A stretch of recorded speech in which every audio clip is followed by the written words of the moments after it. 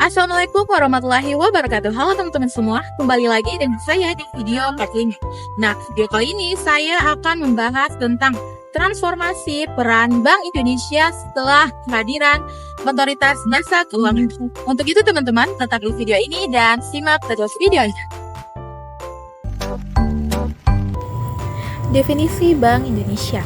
Bank Indonesia atau disingkat sebagai BI adalah Bank Sentral Republik Indonesia yang bertugas untuk mencapai dan memelihara kestabilan nilai rupiah. Stabilitas ini mencakup dua aspek utama. Yang pertama itu stabilitas nilai mata uang terhadap barang dan jasa atau inflasi. Yang kedua ada stabilitas nilai tukar mata uang terhadap mata uang asing. Landasan hukumnya, Bank Indonesia didirikan berdasarkan Undang-Undang Nomor 13 Tahun 1968 tentang Bank Sentral, yang kemudian diperbarui oleh Undang-Undang Nomor 23 Tahun 1999 tentang Bank Indonesia.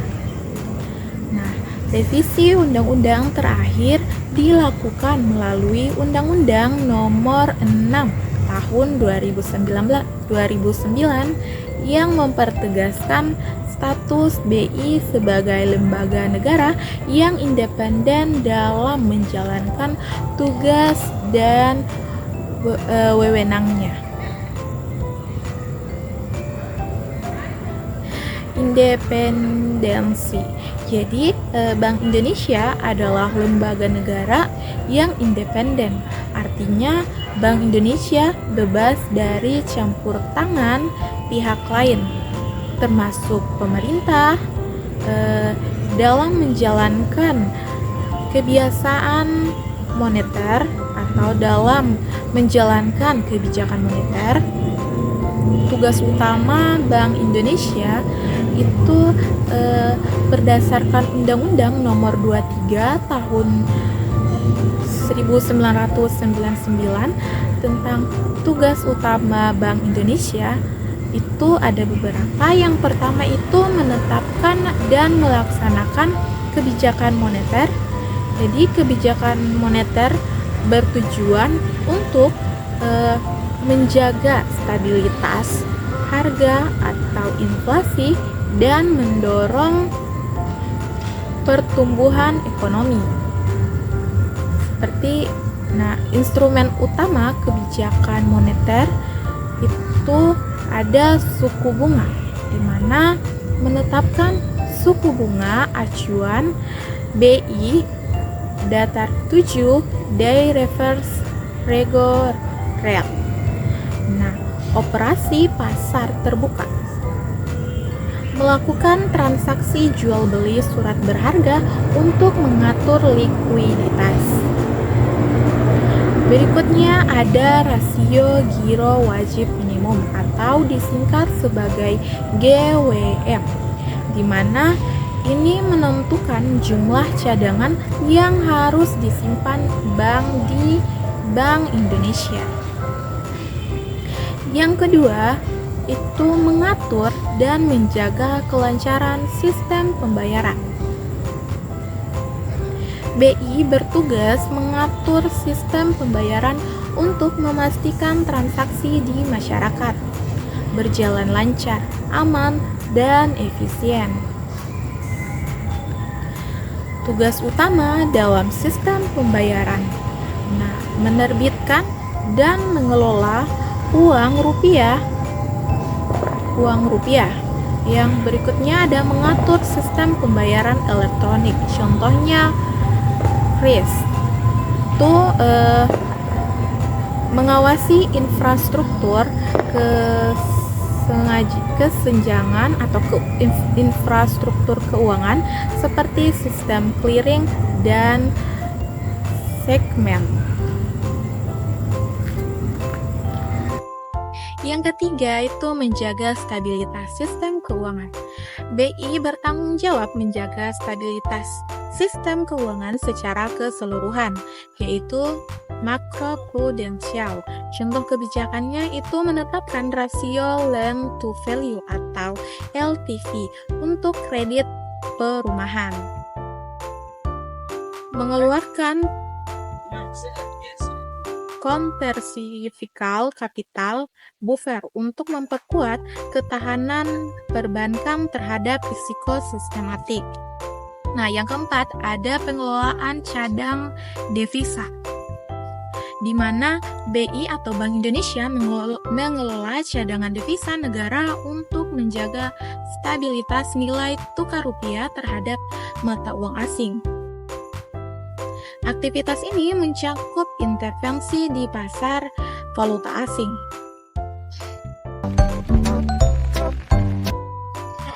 Yang kedua yaitu peran Bank Indonesia setelah kehadiran Otoritas Jasa Keuangan atau OJK. Kehadiran Otoritas Jasa Keuangan atau disingkat sebagai OJK pada tahun 2011 berdasarkan Undang-Undang Nomor 21 Tahun 2011 membawa perubahan signifikan terhadap peran Bank Indonesia. Sebelum OJK, BI memiliki 3 fungsi utama, yaitu kebijakan moneter, pengaturan dan pengawasan sistem pembayaran, serta pengawasan perbankan. Setelah pembentukan OJK, fungsi pengawasan perbankan dialihkan ke OJK. Berikut adalah penjelasan lengkap mengenai transformasi dan peran Bank Indonesia setelah kehadiran OJK. 1. Fokus pada stabilitas mikroprudensial. Bank Indonesia bertanggung jawab menjaga stabilitas sistem keuangan secara makroprudensial atau keseluruhan sistem keuangan.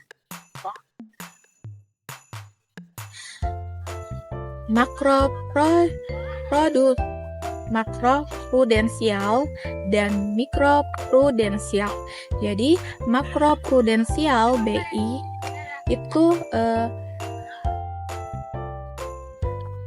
mengelola risiko sistematik yang dapat mengancam stabilitas keuangan nasional secara keseluruhan. Contohnya mengawasi pertumbuhan kredit yang terlalu cepat, menetapkan rasio loan to value atau disingkat sebagai LTV untuk mencegah risiko kredit macet. Mikroprudensial pihak OJK. Jadi OJK mengawasi kesehatan lembaga keuangan secara individu seperti bank, perusahaan asuransi, dan pasar modal. Kebijakan mikroprudensial BI. Jadi, rasio loan to value atau LTV mengatur batas maksimal pembiayaan kredit properti untuk mengelola risiko pasar perumahan.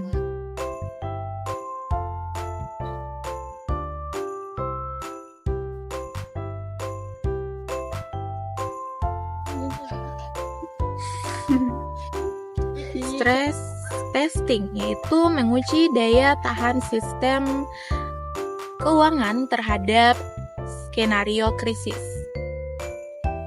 Yang kedua, menetapkan dan melaksanakan kebijakan moneter. Setelah kehadiran OJK, BI dapat lebih fokus pada kebijakan moneter untuk menjaga stabilitas harga dan nilai tukar rupiah. Kebijakan moneter BI itu menetapkan suku bunga acuan, yaitu DI, datar 7, day reverse, roge rute, sebagai instrumen utama untuk mengendalikan inflasi, mengelola likuiditas melalui operasi pasar terbuka seperti penerbitan sertifikat Bank Indonesia atau SBI. Nah, berikutnya yaitu stabilitas nilai tukar, di mana mengintervensi pasar valuta asing jika terjadi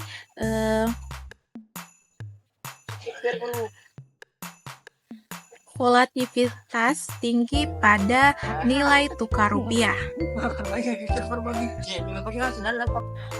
Yang ketiga, mengatur dan mengawasi sistem pembayaran.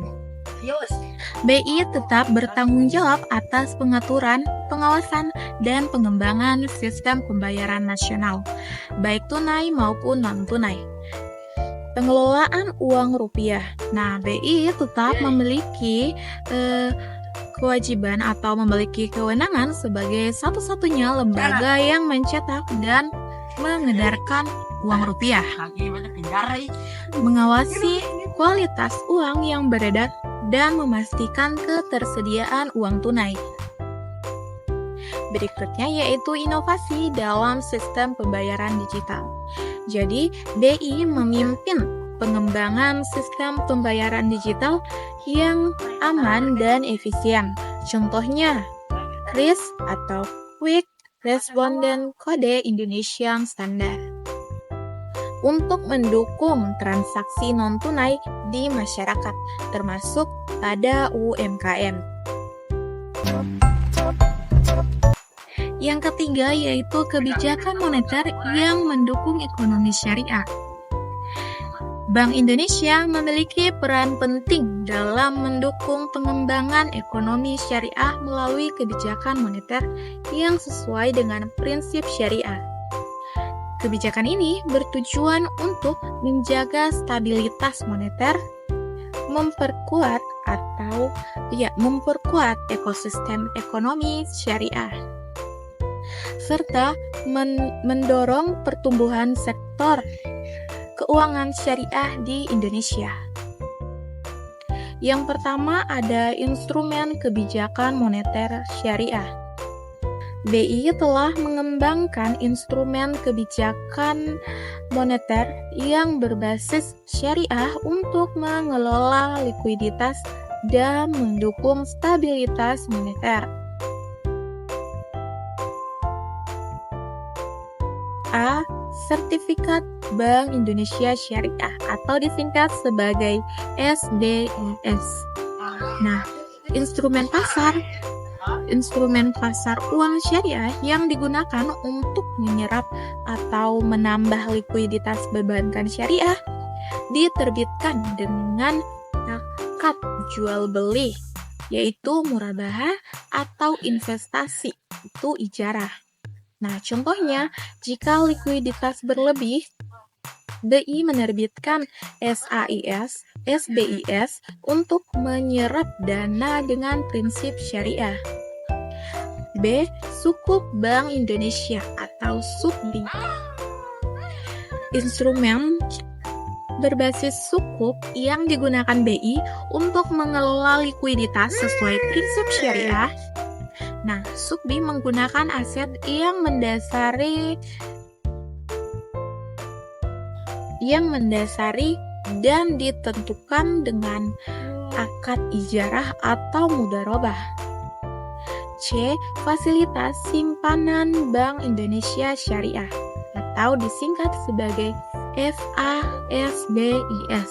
Instrumen ini yang memungkinkan Bank Syariah menyimpan dana di BI berdasarkan akad wadiah atau titipan atau mudharabah. Nah, digunakan untuk menyerap kelebihan likuiditas dari bank syariah.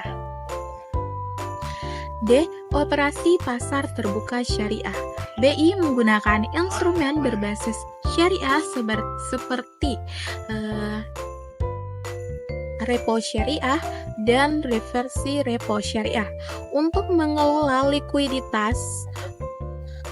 Operasi ini memastikan bahwa kebijakan moneter berjalan sesuai prinsip syariah. Berikutnya atau yang kedua yaitu kebijakan giro wajib minimum atau disingkat sebagai GWM Syariah Bank Indonesia.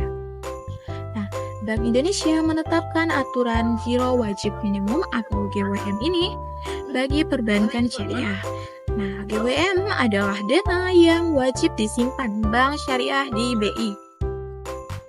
yang digunakan untuk mengendalikan likuiditas. Nah, contohnya BI dapat menurunkan GWM syariah untuk mendorong bank syariah memberikan pembiayaan lebih banyak. Yang ketiga yaitu dukungan terhadap pengembangan pasar uang syariah. Pasar uang antar bank berdasarkan prinsip syariah, yaitu atau disingkat sebagai PUAS. BI memfasilitasi transaksi antar bank syariah untuk memenuhi kebutuhan likuiditas. PUAS menggunakan akad seperti wakalah, mudharabah atau musyarakah. Nah, instrumen repo syariah. BI mengembangkan instrumen repo berbasis syariah di mana bank dapat meminjam dana dengan menjaminkan aset syariah. Yang keempat yaitu digitalisasi dan sistem pembayaran syariah. KRIS. KRIS merupakan BI mendorong digitalisasi transaksi syariah melalui KRIS yang digunakan oleh UMKM syariah, lembaga zakat, dan wakaf. Central Bank Digital Currency SBDC. BI sedang mengembangkan rupiah digital yang juga akan mendukung transaksi berbasis syariah.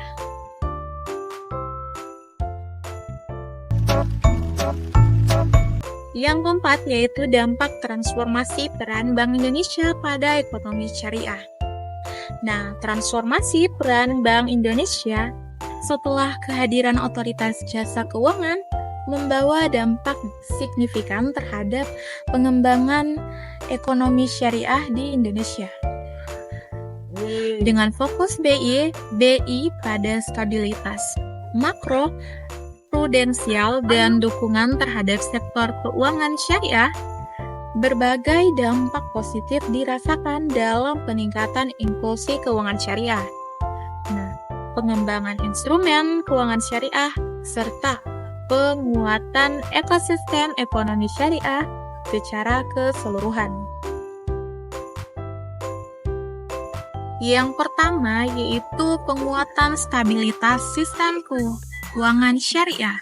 Nah, peran makro prudensial BI. Setelah pengalihan pengawasan mikroprudensial ke OJK, BI dapat lebih fokus pada stabilitas sistem keuangan secara keseluruhan, termasuk perbankan syariah. Instrumen kebijakan mikro. Jadi BI menerapkan kebijakan seperti rasio pembayaran terhadap simpanan, yaitu financing to deposit ratio atau disingkat sebagai FDR. Nah, syariah untuk memastikan likuiditas yang sehat di perbankan syariah. Dampaknya, risiko sistematik pada sektor keuangan syariah dapat diminimalkan. Perbankan syariah menjadi lebih stabil dan berdaya tahan terhadap guncangan ekonomi. Yang kedua, pengembangan instrumen keuangan syariah. Penciptaan instrumen baru.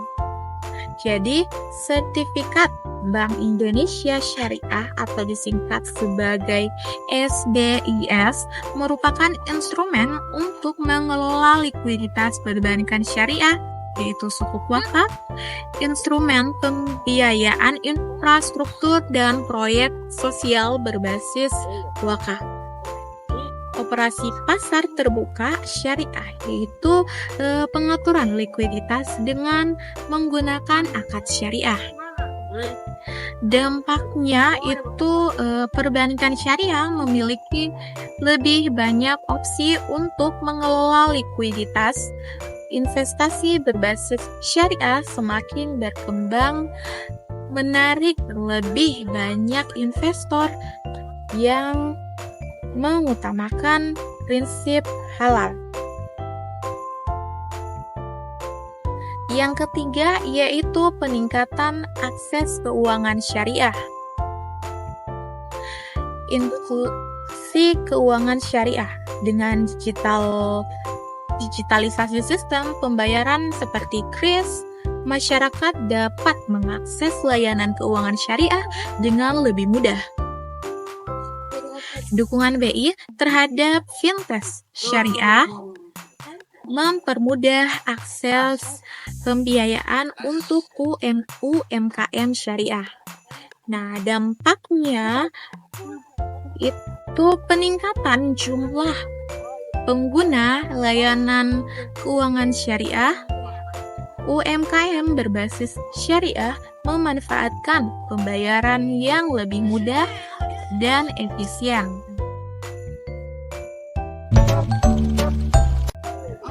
Jadi kesimpulannya, transformasi peran Bank Indonesia mencerminkan langkah strategis dalam menjaga stabilitas ekonomi, memperkuat sistem keuangan, dan mendorong pengembangan ekonomi syariah. Nah, sinergi antara BI dan OJK ditambah dengan inovasi kebijakan dan teknologi menjadikan ekonomi Indonesia lebih inklusif, stabil, dan kompetitif di tingkat global. Ekonomi syariah sebagai bagian dari integral dari sistem keuangan nasional terus berkembang. Hebat dukungan kebijakan yang terarah dan kolaborasi antar lembaga. Demikian materi transformasi peran Bank Indonesia setelah kehadiran OJK. Semoga penjelasan ini membantu. Terima kasih telah menonton video ini hingga akhir dan jangan lupa untuk like, komen, dan subscribe. Sampai jumpa di video berikutnya.